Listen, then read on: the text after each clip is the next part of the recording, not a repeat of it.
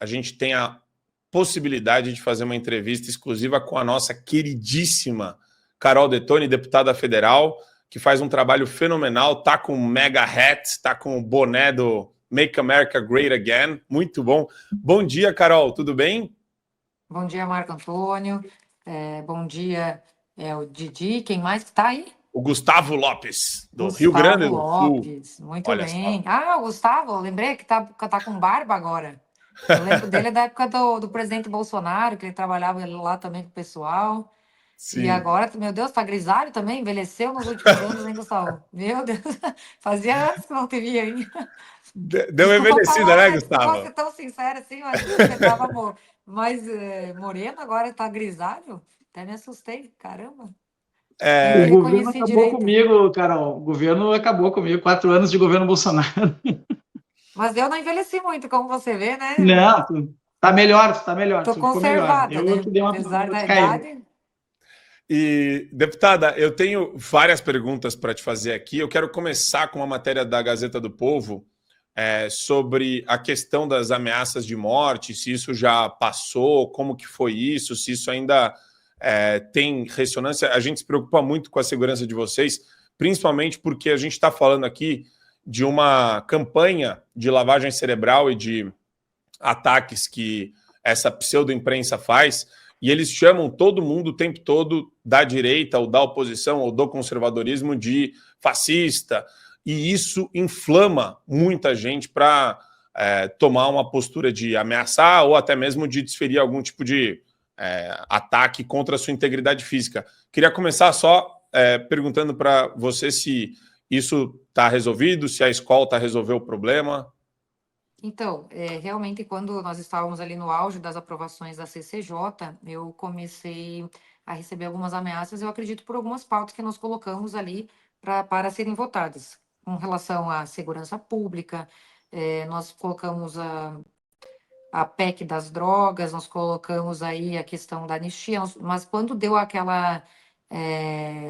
Também teve a questão do pacote do Supremo, né? E quando teve aquela escala 6x1 também intensificou bastante aquilo, porque naquele momento, quando a Erika Hilton ela começou a discussão de mudar a escala de trabalho, furou a bolha aquele assunto, né? Pegou todo mundo, assim como o vídeo do Nicolas furou a bolha da direita, o dela furou a bolha da esquerda, e tinha gente de tudo quanto era lado vindo pedir para eu pautar um projeto que estava há mais de 10 anos, porque a PEC dela, até que ela recolheu assinaturas, ela ficou. Tinha uma outra PEC para rediscutir a escala de trabalho, que estava parada na CCJ há 10 anos. Aí, do nada, virou um tema, parecia que era urgente. E ali, a minha rede social também, eu fui muito atacada. Tinha gente que colocava meu meme, assim, dizendo assim, divulgando o endereço da deputada, onde ela mora. Recebi e-mails dizendo que era pessoas do crime organizado, que sabiam onde é que a gente morava, que iam pegar eu e minha família. E daí eu botei na Polícia Legislativa, abri um boletim de ocorrência. Está sendo investigada essas ameaças via internet também.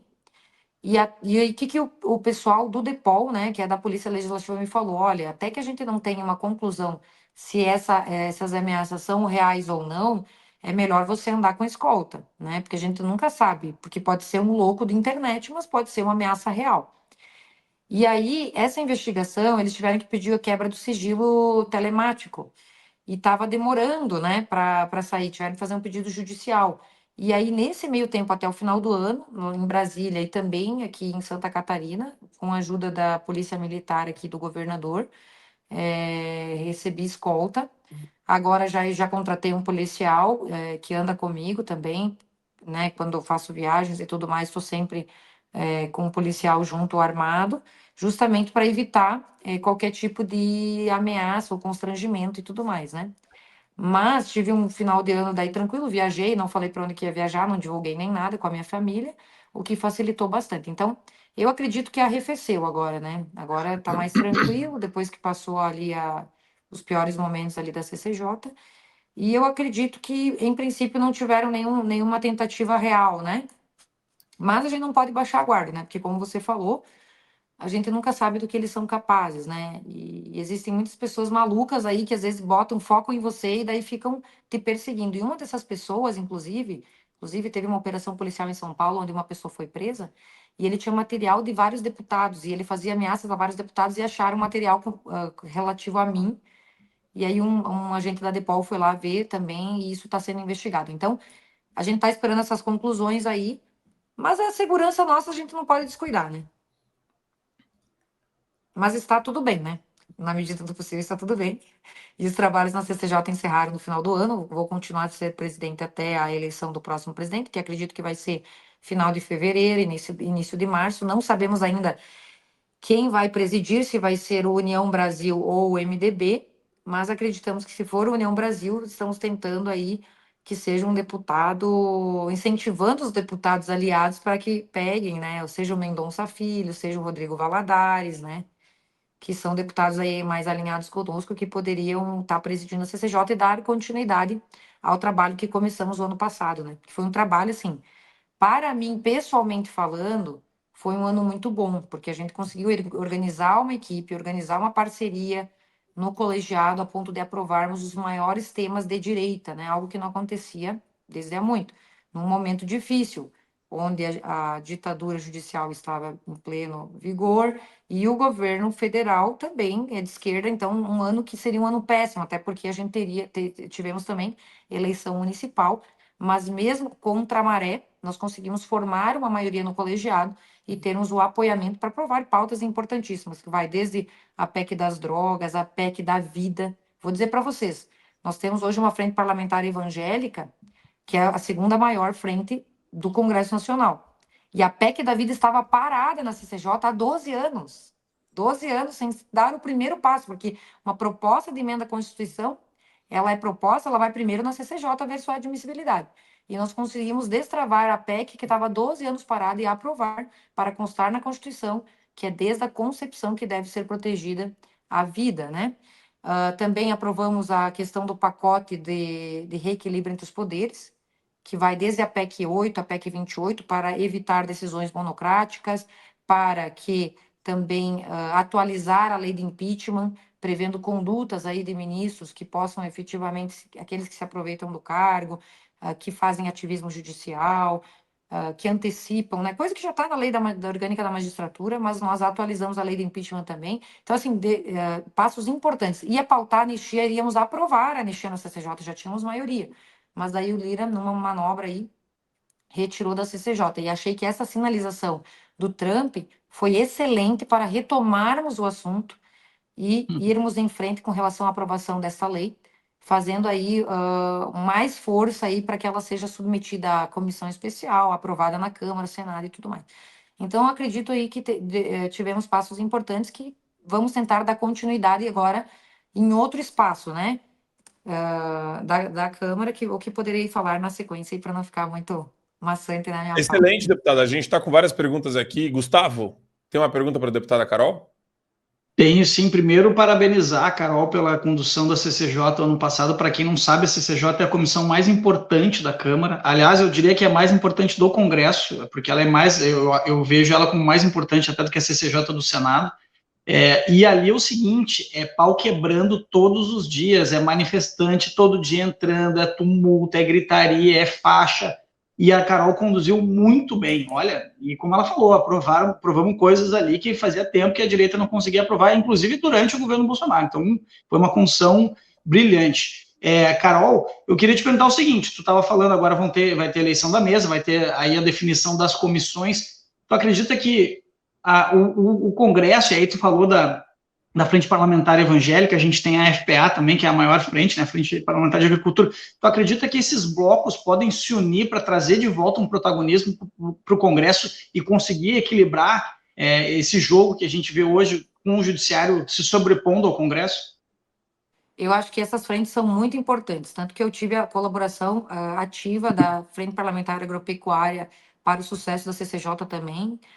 Sou diretora jurídica da frente e esse ano vou ser vice-presidente do Sul do Brasil, né? E até porque eu sou da região do agro, aqui do Oeste de Santa Catarina, então é uma pauta que eu defendo, e a Frente Parlamentar Evangélica também é uma frente muito atuante.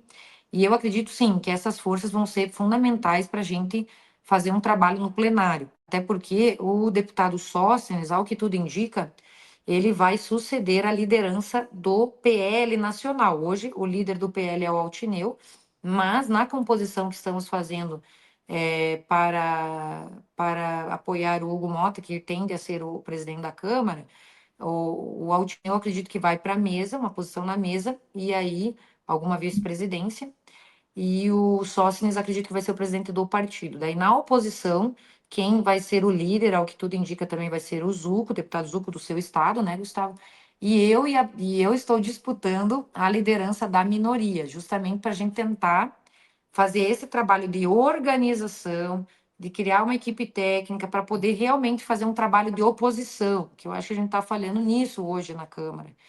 Então, e essa vaga da minoria está sendo disputada por mim e pela Carla. Acredito que se ficar comigo ou com a Carla Zambelli, as duas vão tentar conduzir da melhor forma possível.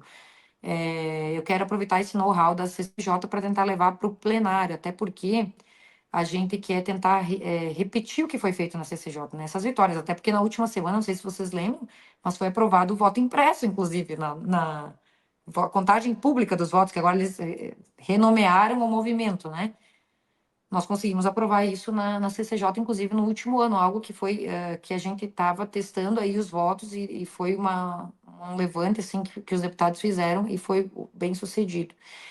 Porque realmente precisamos de organização e equipe para fazer as coisas. Eu acredito que, como falava o Olavo, que um pequeno grupo organizado consegue prevalecer sobre toda uma sociedade desorganizada. E hoje o que falta para a direita, claro, até não termos a maioria que a gente quer, seja a maioria de senadores, que é o que é fundamental aí para poder corrigir os excessos do Supremo, nós temos organizados, a gente pode conseguir muito mais coisas. Vejamos o exemplo do PSOL, que é um partido minúsculo, é uma minoria, mas eles utilizam hoje de ações judiciais no Supremo para poder levantar temas como aborto, demarcações de terra indígenas e tal. E é claro que eles têm a repercussão lá dentro porque temos juízes progressistas.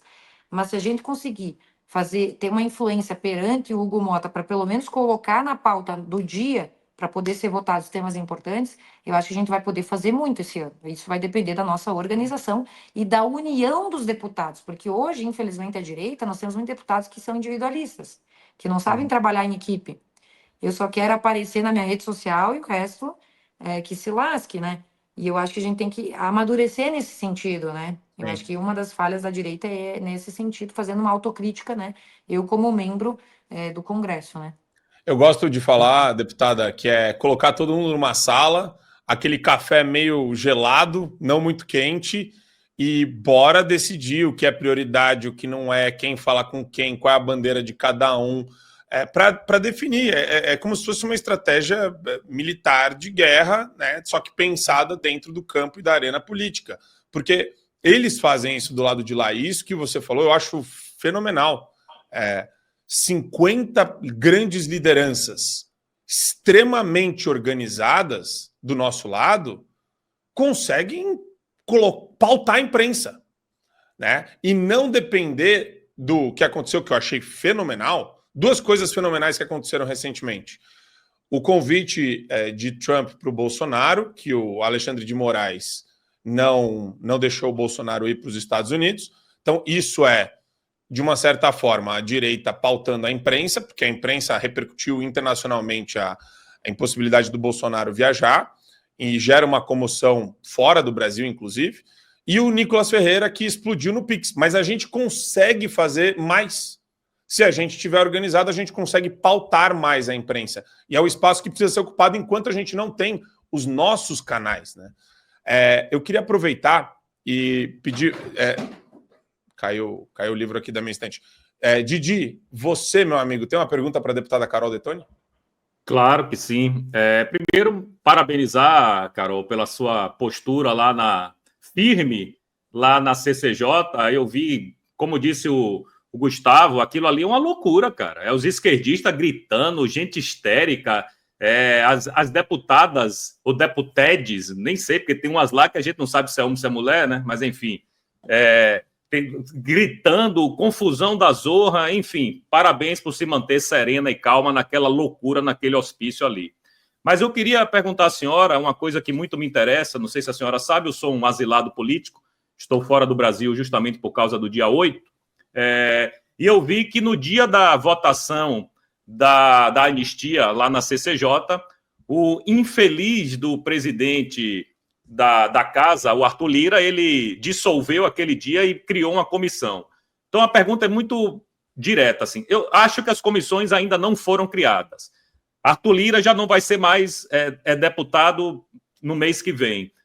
Como é que vai ficar esse lance da anistia aí, minha querida Carol? Porque isso mexe com muitas vidas, isso diz respeito a muitas pessoas.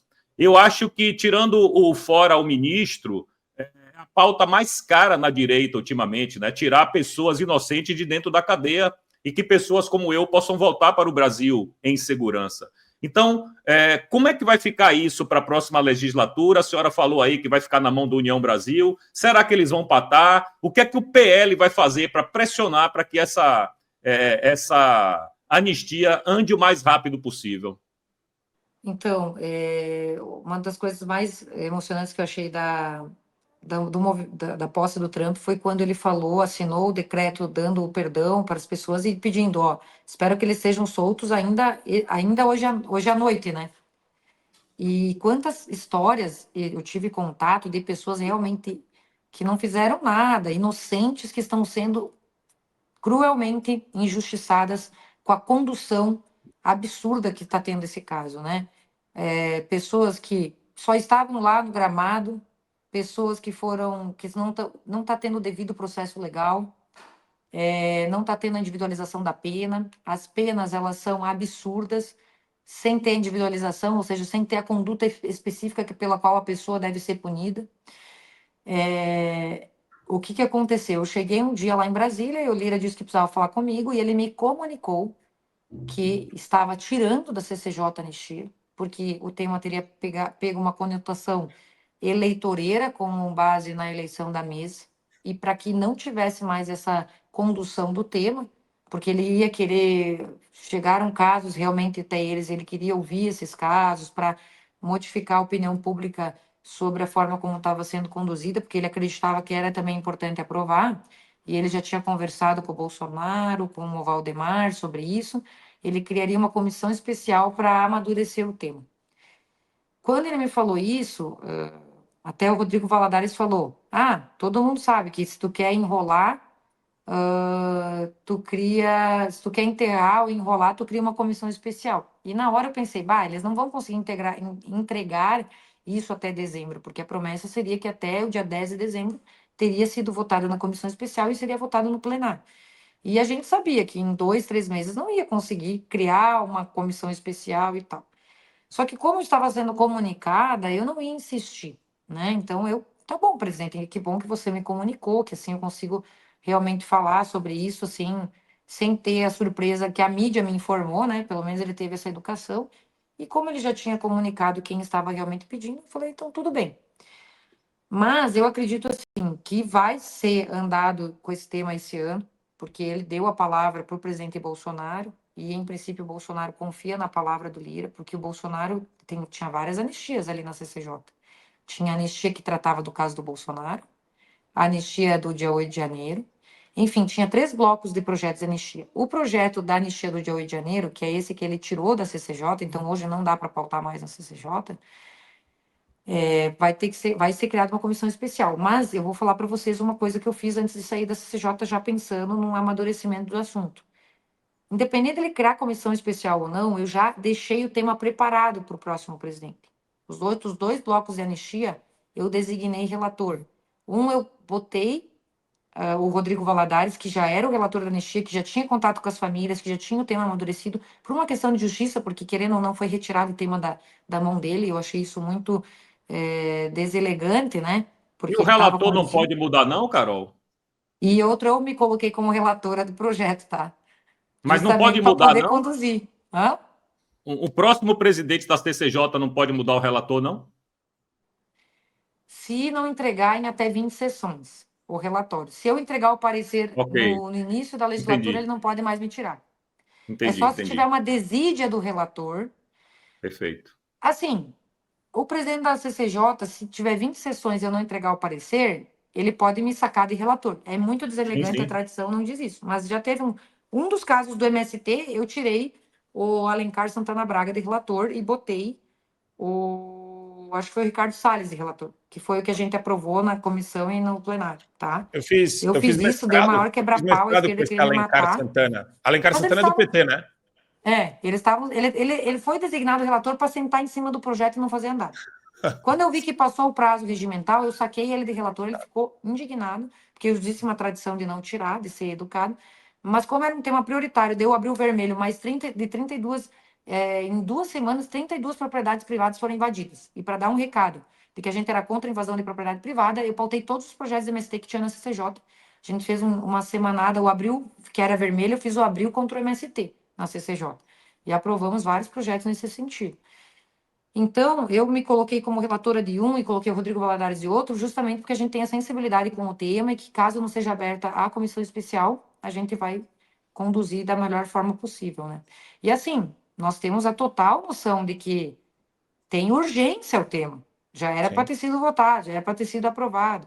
Mas o STF está anunciando que eles que interpretam a lei aprovada, né? Então, aprovar na CCJ, aprovar no plenário, tem que aprovar na CCJ do Senado, no plenário, tem que ser sancionado ou derrubado o veto do presidente, para daí valer como lei, para daí o Supremo aplicar no caso concreto que eles mesmos estão julgando, ou seja, não tem duplo grau de jurisdição, porque já está na última instância. Isso é um absurdo que está acontecendo, né? Saber que esses processos deveriam estar tramitando num juiz de primeiro grau para poder ter acesso ao duplo grau de jurisdição, rever a sentença, não. Então, assim, é um caso que vai ter que ter anistia pela condução enviesada que está sendo dada. Perfeito, deputada.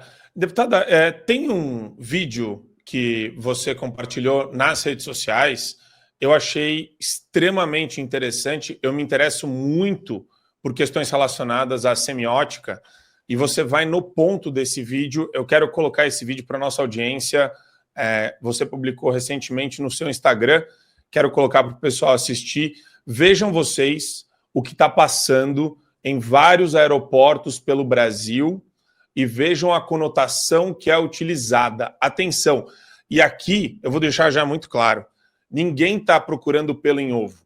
Isso daqui é como a esquerda e o PT e a militância usam a administração pública com interesses privados, interesses inclusive para pautar de novo aquelas discussões que segregam a sociedade em 2 grandes blocos, os caras do mal e os bonzinhos. Vamos colocar para vocês esse vídeo que a deputada publicou no Instagram dela. Pessoal, olha o seguinte vídeo que eu recebi hoje de uma pessoa que estava no aeroporto de Guarulhos. Nele, nós temos Josué, que recebe uma proposta para trabalhar numa lavoura do sul. Aí existe uma expectativa. Aí chegando lá, aparece várias dívidas. Aí é escrito assim, ele foi vítima de escravidão por dívidas. Logo após aparece ele na lavoura e dizendo, e submetido a trabalhos forçados. Desconfie de promessas, busque informações e denuncie. Aí aparece lá, Ministério Público do Trabalho, Realização e várias outras entidades do governo com apoio de vários aeroportos. Ou seja, passando isso para brasileiros e para estrangeiros. O que eu quero dizer para vocês nesse sentido? A minha indignação é, por que o Ministério Público do Trabalho e essas entidades pegaram a região sul como um exemplo onde ocorrem trabalhos análogos à escravidão? Por que não pegar qualquer outra região do país? Ou por que pegar uma região? Por que não fizeram uma propaganda sem falar em qual região do país foi? Por que fortalecer preconceitos e estigmatizar a região sul como uma região negativa? Eu quero que o Ministério Público do Trabalho responda isso. Até porque, segundo dados do próprio governo, os 4 principais estados do país onde existem situações análogas à escravidão não estão no sul do Brasil. Estão na região sudeste, nordeste e centro-oeste do país. Na região sul é onde estão o maior número de empregos formais do país e onde as taxas de desemprego são as menores do país. Ou seja, em termos de trabalho, a região sul é que mais dá exemplo do país. Mas por que pegar a região sul para trazer esse preconceito para os brasileiros e também para o meio internacional? Eu exijo uma retratação do Ministério Público. Já oficiei ao Ministério Público do Trabalho para que explique o porquê utilizou a região sul nessa propaganda negativa e também exigimos uma retratação e que se explique, que mude essa propaganda, porque ela é injusta para com todos aqueles que vivem na região sul. Deputada, isso tem um impacto muito maior do que a gente imagina no imaginário coletivo. muita gente pode achar que eles escolheram qualquer região, blá, blá, blá. Não. Se você acompanha, como eu acompanho, a turma da esquerda, isso envolve CNN, Globo News, ICL e canais congêneres aí dessa pataquada bizarra, eles têm um discurso e eles fazem o discurso o Rio Grande do Sul, eu lembro até hoje, o MST, inclusive, fazendo esse discurso, o Rio Grande do Sul, Santa Catarina, eles colocam como os estados onde existe o ressurgimento do movimento do bigodinho da Alemanha, e eles colocam também como estados que exploram trabalhadores no café e outras lavouras e etc. Por isso que é tão importante a denúncia que você faz, e eu acho interessante, porque a gente não pode deixar nada disso passar em branco, senão eles continuam fazendo o imaginário coletivo dessa forma, deputado. Quando eu recebi esse vídeo, eu até pensei em só oficiar, mas eu pensei assim, eles vão continuar colocando esse estigma no Sul para dividir os brasileiros ou para que todos tenham um preconceito do Sul do Brasil. Quando eu fui pesquisar o caso que deu... Na verdade, são vários casos, esse é um problema realmente. Parece que o estado onde mais tem incidência é em Minas Gerais, tá? Do Brasil. Mas os estados onde tem essa incidência estão no Sudeste, no Nordeste e no Centro-Oeste. Nesse caso específico, que tem a ver com a colheita da uva, a vinícola que contratou 207 pessoas para ir trabalhar lá, ela contratou uma empresa que prestava serviços terceirizados. Era uma empresa da Bahia. Ou seja, quem selecionou as pessoas para ir trabalhar lá foi uma empresa da Bahia. Porque a gente tem uma escassez de mão de obra no Sul. Hoje, na região que eu moro, Oeste Santa Catarina, nós temos mais vagas de emprego do que pessoa querendo trabalhar. Porque nós temos aí diversas empresas, nós temos o agro pujante, que precisa também de trabalhadores, e falta mão de obra. Tanto que muito dos venezuelanos, haitianos que vieram para o Brasil, vieram para trabalhar aqui no Oeste de Santa Catarina. Só na cidade onde eu resido, foram mais de 20 mil pessoas que vieram para poder trabalhar, porque tem muita oferta de emprego. Aí, quando você pega e generaliza e coloca e carimba no sul do Brasil, aí você realmente vem com esses preconceitos que você mesmo está falando, né? Aí, porque a Carolina é do sul, ela é de um estado que reviveu aquele que tem células do bigodinho lá da Alemanha. E realmente isso o pessoal está impregnando e o pessoal está com um preconceito gigante, né? Aí, semana passada, teve a festa, a cidade mais alemã do Brasil é Pomerode. Lá, o governador fez uma fala, né? Que aí até a deputada Ana Campanholo, né? Que é nossa amiga e também super de direita, o governador falou, não, porque lá na festa o pessoal se destaca muito pela cor da pele das pessoas, porque lá tem muitos alemães e realmente o pessoal tem a pele mais clara. E aí, meu Deus, racismo... não sei o quê, governador preconceituoso, mas na verdade é uma característica que é muito comum. Foi uma fala que hoje em dia não dá para falar mais nada, e ele foi crucificado na semana passada por conta disso.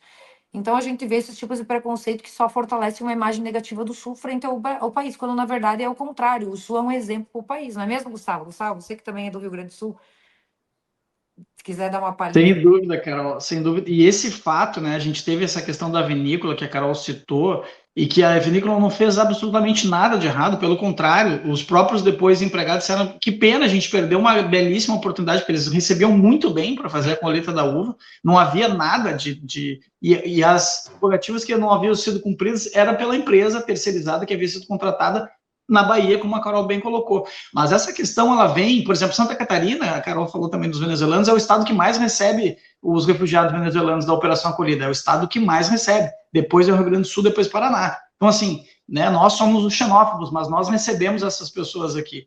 E aí tem um outro ponto, durante as enchentes do ano passado aqui no Rio Grande do Sul, o que nós mais víamos era, deixa que morram esses nazistas.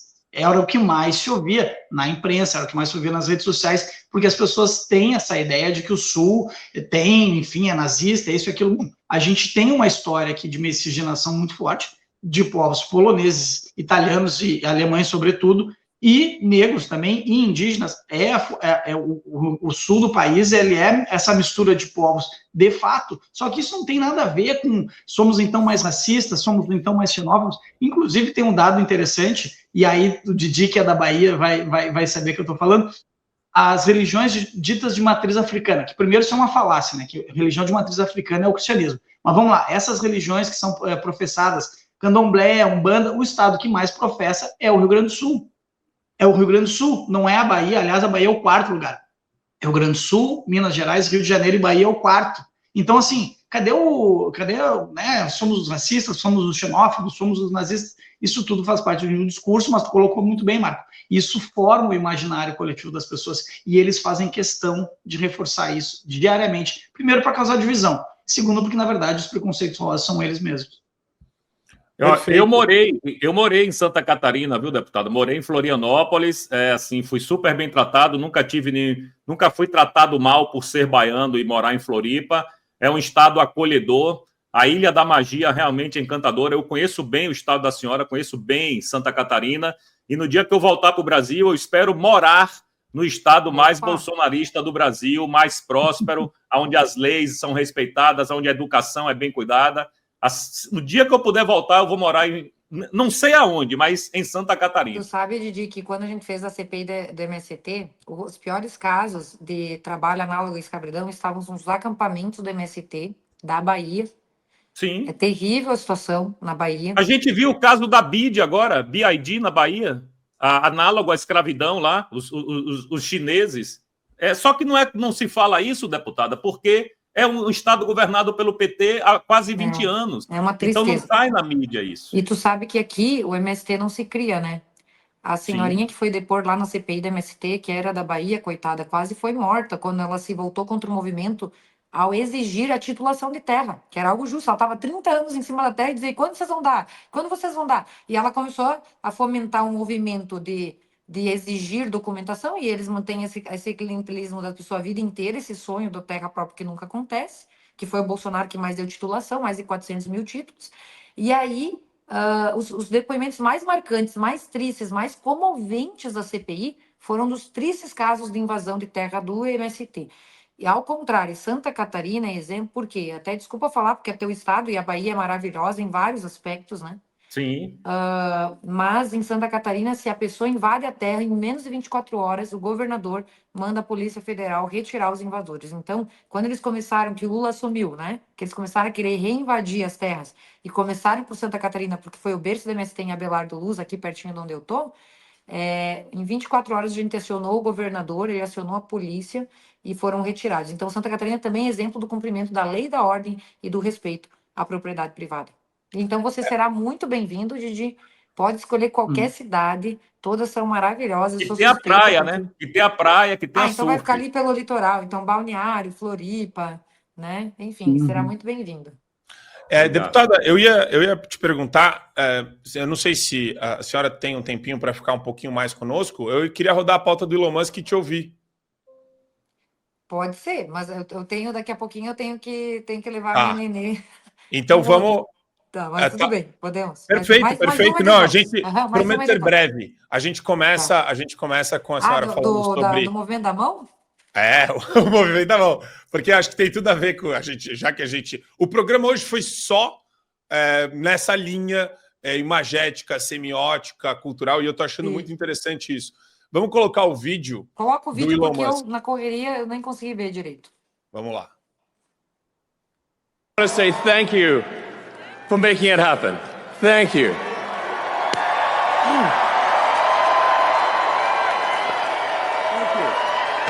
My heart goes out to you. It is thanks to you that the future of civilization is assured. I want to say thank you for making it happen. Thank you.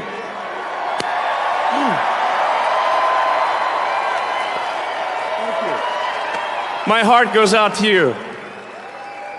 It is thanks to you that...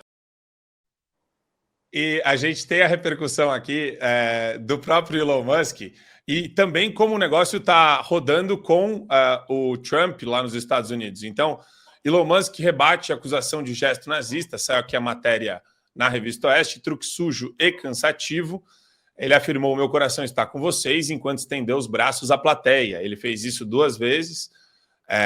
E também ele fez várias postagens no próprio X, né, na rede dele. Eu quero colocar aqui só mais um post, vamos lá. A gente tem o post dele, não? Tem um que ele fala... esse é do Donald Trump, que ele coloca sério e uma boquinha bocejando, né, um emoji bocejando. A retórica de Trump ecoa Hitler. Querendo dizer o seguinte: a retórica de Trump é um eco de Hitler. A matéria que foi colocada em vários jornais, inclusive, e no jornal o Globo, Musk é acusado nas redes de fazer saudação nazista durante discurso de posse. Veja imagem. E daí entra naquela questão toda de a imagem ser tirada de contexto, né? Vários memes viralizaram a respeito disso, com a Kamala Harris, com a Hillary Clinton, Barack Obama, vários presidentes em várias posições diferentes, explicando alguma coisa, falando alguma coisa, agradecendo alguém, pedindo para o pessoal ficar quieto. Dá para você colocar isso daí de 1 milhão de formas diferentes. E tem um post dele também que ele fala: francamente, eles precisam de truques sujos melhores. Esse negócio de, abre aspas, todo mundo é Hitler, esse ataque de todo mundo é Hitler, já cansou demais. Também ele postou isso nas redes sociais. E ainda ele coloca: no passado eu votava democrata, um post antigo dele, né? Porque eles eram o partido da bondade, mas eles se tornaram um partido da divisão e do ódio. Eu não posso mais dar o meu suporte, apoiar, então eu vou votar republicano. Agora, vejam vocês os truques sujos dele contra mim começarem. E não deu outra. Esse post dele é de lá de trás. Ele está trazendo exatamente essa reflexão para nós agora. Agora, a questão deputada, infelizmente, muita gente fica com aquele papinho que eu acho deprimente. Ele não deveria ter feito isso. Ele é um provocador. É a galera que já cai, já está vendida, já está dominada por essa militância, Carol. Se você não reza exatamente a cartilha da militância, você é uma pessoa que tem que ser taxada de inimigo, de que tem que ser eliminado, porque a esquerda quer isso, né? Eles não conseguem conviver com a divergência. Eles vêm com esse discurso de que eles são democratas e que eles são tolerantes, que é a diversidade, mas eles não toleram as pessoas que não pensam como eles. É que nem o movimento das mulheres, por exemplo. Em Santa Catarina, que é esse estado preconceituoso e tudo mais, as deputadas federais mais votadas da história são mulheres. Fui eu para federal e a deputada Ana Campanholo. Mas não era um estado preconceituoso, não é um estado machista, né, que eles falam. Então, assim, isso cai por terra, né? Eles, por exemplo, eu que sou a primeira deputada a presidir a CCJ foi a deputada Bia Kicis, que é uma mulher. E a segunda fui eu, na história da Câmara dos Deputados, né? E quem que deu a oportunidade? Foram os partidos de esquerda ou foi o partido de direita? Ou seja, eles só têm o discurso, mas na prática, quem gera a inclusão, quem gera possibilidades e quem valoriza pelo mérito e não por cotas é a direita. Então, ou seja, e essa movimentação agora o Trump e o Elon Musk vão ter que ficar cuidando absolutamente do que eles falam, dos gestos. É o politicamente correto, que ou você se enquadra ou você não presta e você tem que ser taxado das piores coisas possíveis. Ninguém aguenta mais, isso está caindo por terra, e o bom é que a gente está tendo cada vez mais soldados importantes, né? Como o caso do Elon Musk, que ele declarou, né, que ele realmente começou a saiu dos democratas e veio para o lado republicano quando ele perdeu um dos filhos para a cultura woke, né? Ele declarou isso, aí que ele começou a perceber que realmente a esquerda não prestava, e que quem realmente defende as liberdades, na acepção plena da palavra, é a direita. Então, seja bem-vindo, Elon Musk, e você e tanto quanto os outros que estão vindo, né, vendo a hipocrisia da esquerda. Mais dia ou menos dia, a pessoa que realmente tem a busca da verdade, a sinceridade, ela vai ver que quem está do lado da sinceridade e da verdade é a direita. Nós somos chatos, mas temos razão, né? É o velho ditado. Deputada, eu queria agradecer demais a senhora ter separado um tempinho para bater esse papo conosco. A gente está aqui com 10 mil pessoas ao vivo nos canais que a gente transmite o Fio Diário. Queria agradecer de coração, deputada, obrigado, e estou torcendo pela pré e candidatura da senhora ao Senado Federal. É uma torcida honesta que eu faço. A gente precisa de pessoas com brio e que entendem como funciona o sistema judiciário brasileiro, que entendem a fundo guerra cultural. A senhora, para mim, de longe, é o maior e melhor nome para essa disputa no seu estado. Queria terminar, então, agradecendo e pedindo para o pessoal, sigam a deputada Carol Detoni, no X, @Carol Detoni, e no Instagram, Caroline Detoni. Obrigado, deputada. Obrigado, Marco Antônio, Gustavo, Didi, uma honra muito grande, obrigado pelas palavras.